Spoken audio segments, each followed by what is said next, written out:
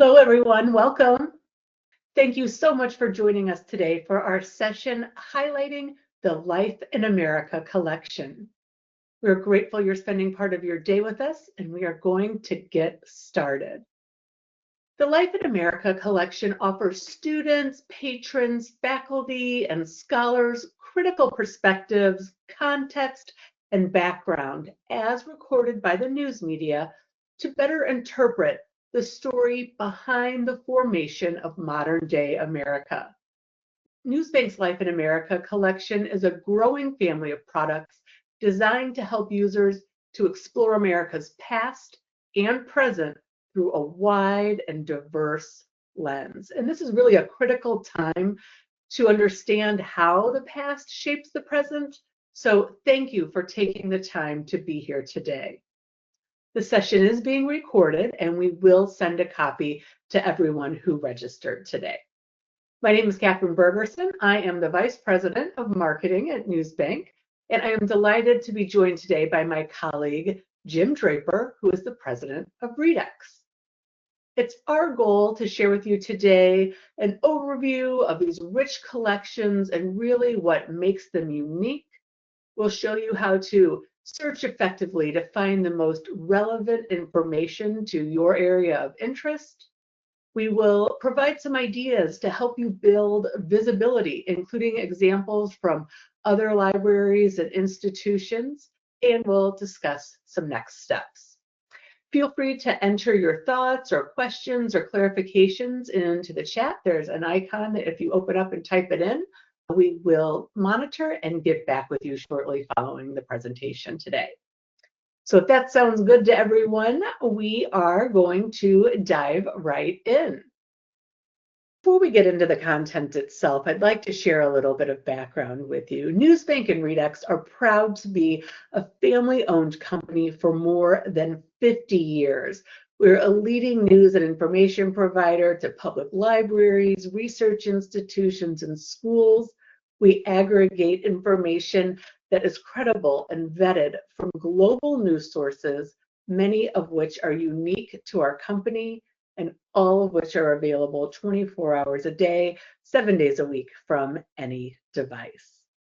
And again, today we are showcasing the Life in America family of products, one of our fastest growing and newest collections. To guide us through the content, I'd like to introduce Jim Draper, President of Readex.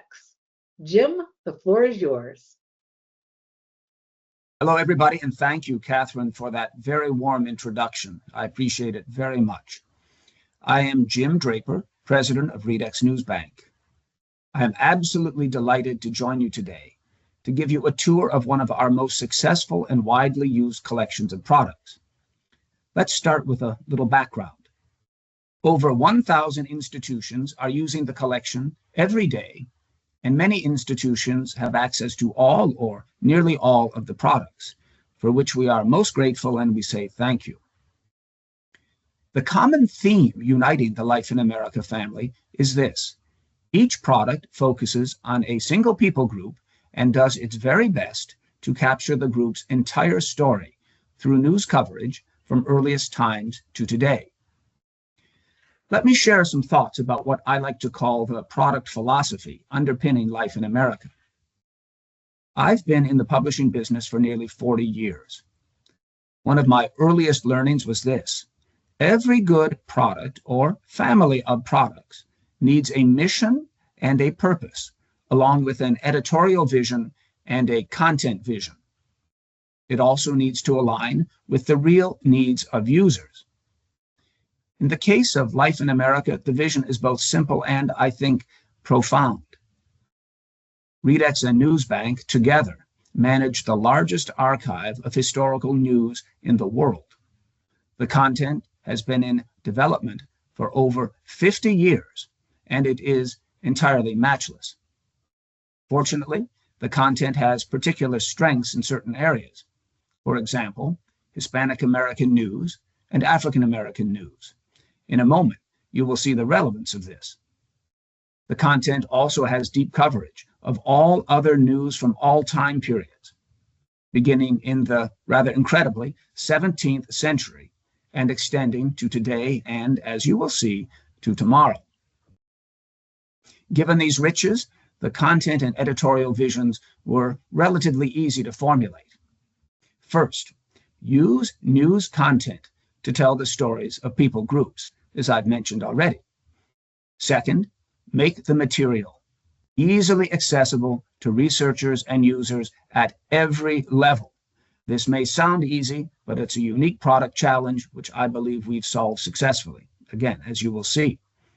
Third, be sure to capture every story we can, not just the ones commonly studied in textbooks or in classrooms. Take it to the next level, then take it even further, which is what we've done. And fourth, be sure to provide the broadest points of view available from around the United States and indeed from throughout the globe. That's a big vision, and therefore it's a lot to unpack, but let me try to do it for you in 10 minutes or so. What I hope you will see is the power of the products and, critically, their purpose and how that purpose is achieved. Now, rather than a click-by-click tutorial to show you just the functionality of the products, together we will explore the human stories they capture, revealing how content and context and access points make life in America so successful for a very broad group of users. So at this point, I'm going to share my screen so I can show you the products. For the next few minutes, you won't see much of my face, but I will come back to you after the product tour for a closing. Here is Indigenous Life in America. I'm going to do what we call an open search. It's kind of a hack that you can use yourself. Here is a search box. As you can see, I'm going to hit search. And what this does is pull up all of the content in the product so I can give you a sense of what's here. So first, you can see in just this one product, Indigenous Life in America, we have over 15 million content items. And there you see the proof of that. I'm going to show you how many different news sources we have. And again, this is representative of the Life in America program, but this is just one product you're seeing here. And here you go. 18,031 individual news sources. Now, these are not individual news items, these are sources. And you can see very clearly that sometimes sources contain a lot of different items. 309 in this case, but in other cases, thousands and thousands and thousands. I also want to show you how far back the content goes, because as I mentioned earlier, we begin sourcing content from hundreds of years ago. I'm going to sort to the very beginning of this particular collection now. There you see it. And wow, gosh, look at this. 1690, Public Occurrences, which happens to be the first newspaper published in what was then called America, pre-United States. And here you see one of the earliest articles. You will see very clearly how far back this collection goes. Here you'll also find content in many, many languages. In fact, in this product, similar to other ones, we have 38 different languages, and I'm going to show you that. And here we go.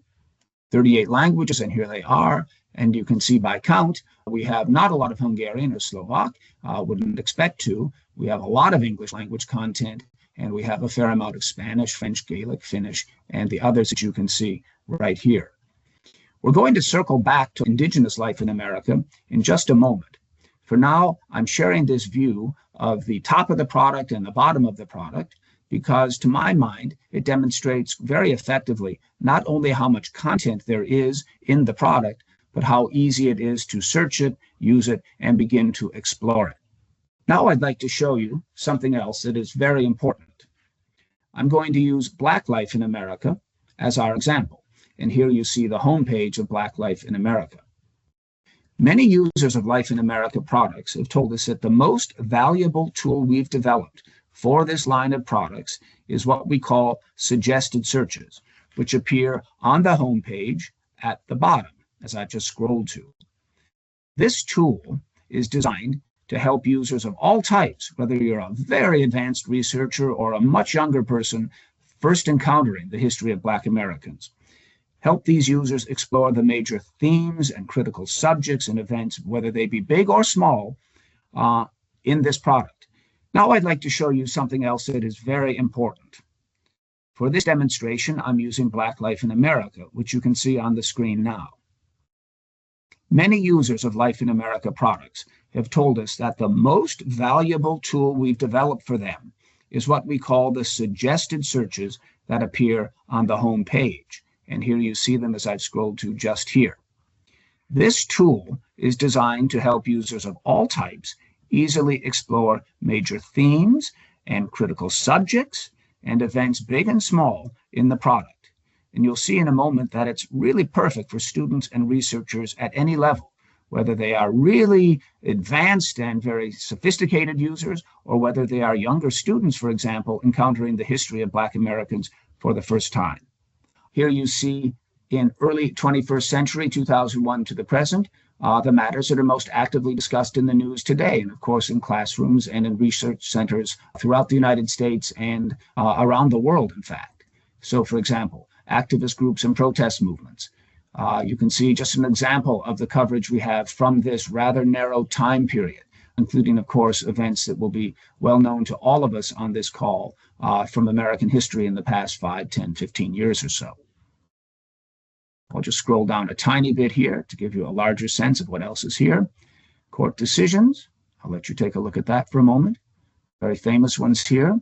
Some not so famous, but absolutely essential for the full understanding of Black American history.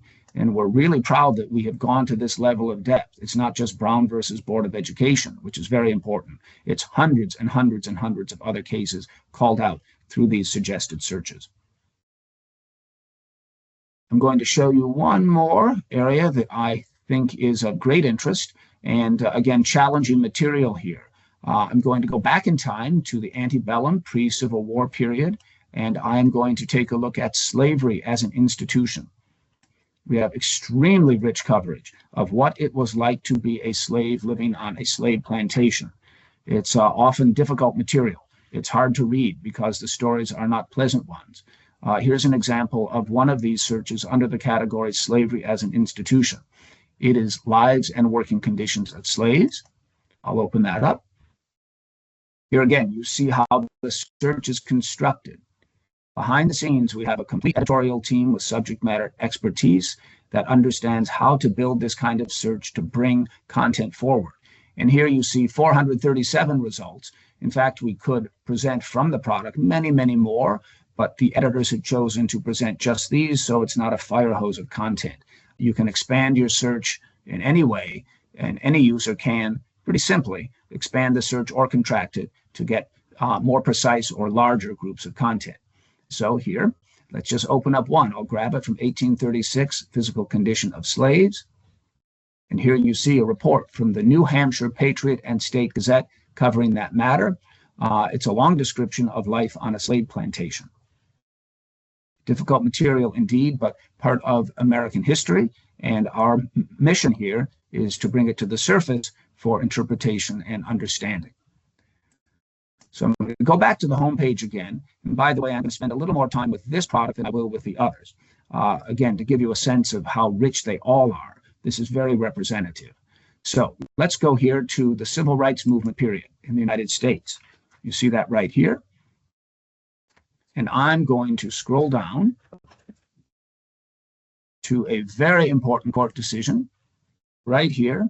Alabama court sentences Jimmy Wilson to death for stealing $1.95 from 1958. This is a very important decision for many reasons. I can't go into them right now. I'm going to open this up and you're going to see that, yes, it got wide coverage.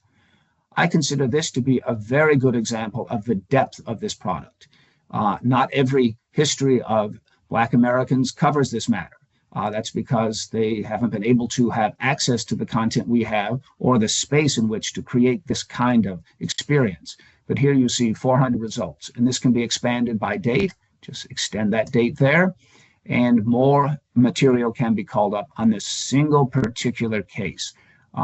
Again, representative and indicative of how the whole product, the entire Black Life in America product, is structured, and indeed all of the other Life in America products, as you're going to see in a moment. Now let's take a second look at the Indigenous Life in America product, where I'd like to share just one search that helps reveal the depth and the range of the Life in America program.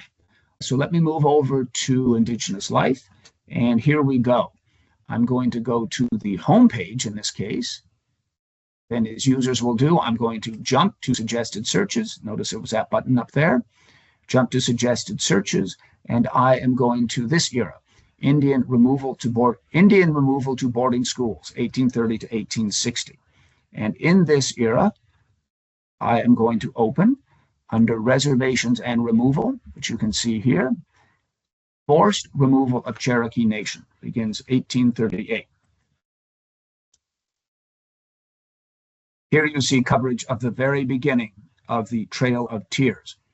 Beginning in the 1830s, we have very extensive coverage of this and every other matter relating to Indigenous life and Indigenous history.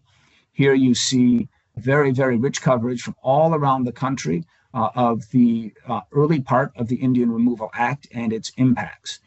This, again, is representative of the kind of content we have for every one of the suggested searches.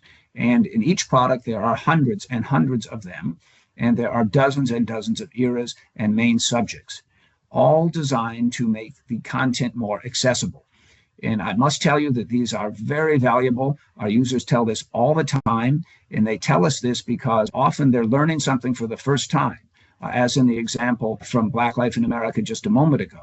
They also find it a simple and engaging way to learn history because they can go piece by piece and jump from link to link, learning as they go along.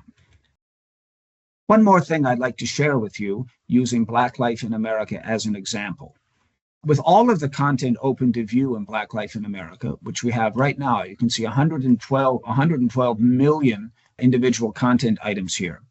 I'd like to show you one of my favorite features of this product and of all the Life in America products. First, I'd like to ask you to imagine you live in Detroit, as I do, and that you want to explore coverage of an event commonly known as the Detroit riots, which occurred in the late 1960s. Here's how you do it. And you can do this in all of the products for whatever event you happen to want to research. But here's how you do it. First, I'm going to go to this search box here, and I'm going to type in Detroit riots. Okay, that's a fairly open kind of search, not terribly specific or technical, not using quotation marks or anything. I just want to get coverage of Detroit and riots together. Here we go. And we have 304,691 results. That's an awful lot for me to look at. Not sure I can get through all of this in a single day or a single hour. It's just so much to consider. So what I'd like to do is a little bit of filtering. I'm going to move down here and use this left rail, as we call it, to localize the coverage to just a couple papers because I want to see what they were saying at the time. And guess what? I'm going to use my hometown papers, the Detroit News and similar. And here we go. That's nice. Detroit News. I'm going to go down here. And you can see Detroit News has had many manifestations. Certainly this one will have coverage because you can see the date range right here. It covers the mid and late 1960s. So I'd like to see what's there. But boy, are there any others I'd like to take a look at that might be from that time period? Well, let's kind of scroll right here. There's some interesting possibilities, but I think for the moment, I'm just going to stick with what I have. I'm going to apply this, saying, just show me the coverage in the Detroit News of the Detroit riots. And here we go. Limited this now to 11,000 results, which is an awful lot. I'm going now to limit to a certain time period. I'm going to make it 1965 to, let's say, 1969. There might be some commentary before the event if people began to see the possibility of it occurring. And there's certainly commentary after the event because news coverage isn't just on the day or the next day. It often continues for quite a long time, especially with important events. So what have I done here? I've searched for Detroit riots across the entire Black Life in America content set. I've then limited to the Detroit News among all the sources possible, and then limiting further to a smaller time period than we have full coverage of. I'm going to apply that and watch what happens. I now have a very manageable set of results, which I can further refine if I wish. 1,784 covering the Detroit riots with on-the-spot live reporting and commentary covering this event clearly from many, many angles. Now, I can expand this at this point. I can add more sources. I can limit to certain languages if I wish to do. I can change the content type. Many, many options I have at this point. The other option that I haven't shown you is I could reverse the whole thing. I could say to myself, I want to study the Detroit riots, but I want to understand what people in, say, Los Angeles or New York or Boston or Miami were saying about the Detroit riots at that time. Because of the number of sources we have in this product, covering every state and nearly every city and many foreign nations and capitals, all of those perspectives can be gathered here. This is a simple example I'm giving you of something that can be marvelously complex if you wish it to be, or can be very simple to manage, as you see here. We're very proud of this because these facets, these views, are unique to the Readex NewsBank world and a software we developed very, very specifically for use in cases of this type. So I'm very happy to give you this demonstration to give you a sense of all of this power of the navigator on the left hand. So far, you have seen how deep and how expansive the coverage is in Life in America products. As I begin to move towards the conclusion of our session today, I'd like to use Asian Life in America. Here you see it, and I'm moving down to suggested searches to show you how much content is added every day to these products. This is a critical thing to know about because this daily content ad keeps everything up to date, and it also helps researchers gain essential perspectives about situations that are fluid or new or changing rapidly. For a moment, I'd like to zoom in on the post-2018 time period. Here it is. We call it Crazy Rich Asians to the present, and give you a sense of what's going on. So here we go. As I scroll back here, jump for a second, arts and entertainment. Well, you see all of this content covering arts and entertainment up to the present day here, up to 2023, up to 2023. Here's 2019, Yellowface, a new novel, 2023. I'll scroll down a little farther, business and entrepreneurship. Have a look at these events, all very current. Many Asian Americans up to 2023, this one happens to be. Of course, there's content covering up to 2024. We add new content every day, and we add new suggested searches when major new events or new people emerge on the scene. Here's government, and again, you can see the dates here. 2024 United States presidential election. Scroll down a little bit more and pause so your eyes can adjust. U.S. Supreme Court ruling against affirmative action at colleges and universities. Historical reflections. From time to time, current day authors and journalists write about past times because there are new thoughts or reflections on those times. And sometimes those times weren't covered terribly well when they happened. So we created this particular category called historical reflections to create coverage and capture points of view of events of the past. Opinions are restated, reemerge, or tend to change. And you see examples right here. International affairs. I'll just keep scrolling. Notable people. Society and culture.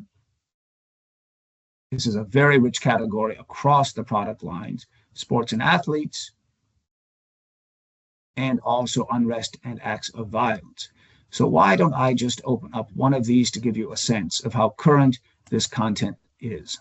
Stop Asian Hate Movement takes hold 2021. I'm going to open this up, and we have results covering this movement from post-2018. And here you can see best matches. I'm now going to sort for the newest content, and have a look at that. All the way up through 2025, and more to be added soon based on new authorship and new journalism. And moving backwards, you can see the beginning of this era, 2021 to the oldest.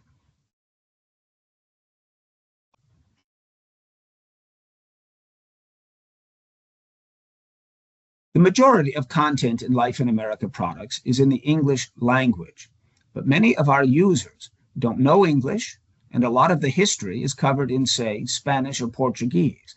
This is certainly the case with Hispanic Life in America, which you see on the screen now. Before we close, I'd like to take you on a quick journey way back in time and take a look at how we have managed this language question. I'm going to scroll down now to Cuban independence, to Mexican Revolution time period, I'm going to jump over here to civil rights and activism. I'm going to reopen it right now and open up Mexican Revolutionaries Published Anarchist Newspaper, as you see here in Texas. And I'm going to open this and show you the richness of content that is not in the English language. And here we go. Here is a single paper, 755 results from the early part of the 20th century. I'm going to scroll down to what we call a navigator, which will help us see what languages are covered in the content set we've requested. And have a look here. English, 57, Spanish language, 698. I'm going to open this up as well to show you there's a navigator to help you navigate even such a small slice of the content set. This filter enables a user to choose which type of material he or she wishes to encounter at this point. So very, very rich. What you're seeing here in this single example applies across the board, all across the Life in America program to non-English language content. We have it in abundance because very often that is how the journalism was originally created. But we also make it, of course, super easy for English language speakers to get what they need too. We see it as the best possible balance and the most objective presentation of news history by including so many different languages, as you've seen more than once in this demonstration. Time doesn't permit me to go deeper today, so I hope you will take the opportunity to check out the Life in America products yourself and explore the people groups of America. So where do we land with our demonstration today? First, I hope you've enjoyed the stories I've shared and gotten a good sense of the power of Life in America. Thank you for sticking with me. From my perspective, the core story is this for each of the people groups covered in Life in America. From the earliest news reports to today's headlines, the Life in America collection provides both historical depth and modern relevance. It reveals the stories, the achievements, the challenges, the successes, the points of view, the human drama of the American people. And thanks to the astonishing news assets at Readex and NewsBank, and equally to our amazing editorial teams who shape the products, you can share these stories with your communities too. Thank you very, very much for taking this tour with me. Catherine, back to you. Wow, thank you, Jim. Thank you so much. Well, now that you've seen what the resource can do, I'd like to talk about how to get it into the hands of your users. This next section is all about practical, ready-to-use strategies that you can start using right away. I'll share 5 of my favorites with some examples from peer institutions and organizations because librarians are really amazing at getting the word out, and we like to call it learn from librarians. So number 1, get it in the news. For public libraries, you can send a short press release to local outlets, community papers, even the radio or city newsletters, and just keep it simple, what the resource is, what it's for, and a direct link to your library to help people get started. Feel free to include a graphic. Visuals are always very helpful. For academic libraries, add a blurb to your department newsletter or perhaps partner with your institution's marketing team. They're always hunting for fresh content. So, talk to them and find out where your message fits into some campaigns that they already have in motion. And you can see a few examples here on your screen about promoting Hispanic Heritage Month and using Hispanic Life in America or Black Life in America around Black History Month. So there's some examples there to help you get started. Number 2, build up your web presence. If you do a feature on your homepage like the resource of the month or did you know, perhaps it's a rotating tile, you could tie it to themed programming. Again, Black History Month, Indigenous Peoples Day, Women's History Month. You could really make it context rich and really, really timely. The examples on the screen here, you can see Michigan State as an example, Bloomington Public Library, West Palm Beach. There's all kinds of kind of different ways to call out, whether it's in text or visuals. One library has a whole screen, a whole page dedicated to NewsBank and the ways that they can access news. So all you need is your valid library card and a PIN to access it. And as it says here, there is no limit with NewsBank. So make that your own electronically. Number 3 is social media. Social media is another great way to meet your audience where they are. And with our post suggestions and graphics, it is easy to do. You can see here several great examples from libraries across the country. They used our graphics and copy and helped blend it with their brand. And those simple tweaks can help create a really big reach. So keep social media in mind. Also, really the same information that you post on social media, you can use it as what I like to call a newsletter nugget, just a little brief mention in one of your electronic newsletters. Again, just the graphic and a link, a little bit of information to remind people about the resource. 4th, video views. Lean on video. It is the #1 engagement tool, and we've created some short clips. Each are under 2 minutes for each one of the collections. So whether it's Indigenous life in America, Hispanic life in America, you can get a quick overview video that will help spark curiosity in new users. Or we also have a getting started tutorial that helps people get in and start finding the information that they are looking for. So you can embed those on your website. You could put a link in an electronic newsletter. We encourage you even use them on your own YouTube channel. So video views is number 4. And then number 5, I recommend hosting a hands-on training. You could invite users to explore and search in real time. It really is kind of the fastest way to convert curiosity into confidence by getting people to use it hands-on. So this could be a powerful community engagement moment or a classroom visit, face-to-face meetings if you have civic groups, or again, pair it to other programming that you have. Even run this video, the portion that's Jim's demonstration, you could use that. You could customize it for your audience and swap in some local topics or campus events or curriculum tie-ins. Even try to incorporate a little mini challenge for people. Perhaps they could look for an article from their graduation year, or locate the earliest mention of the town mascot, something like that, that is fun and light and teaches the search flow. So those are my top 5 engagement strategies.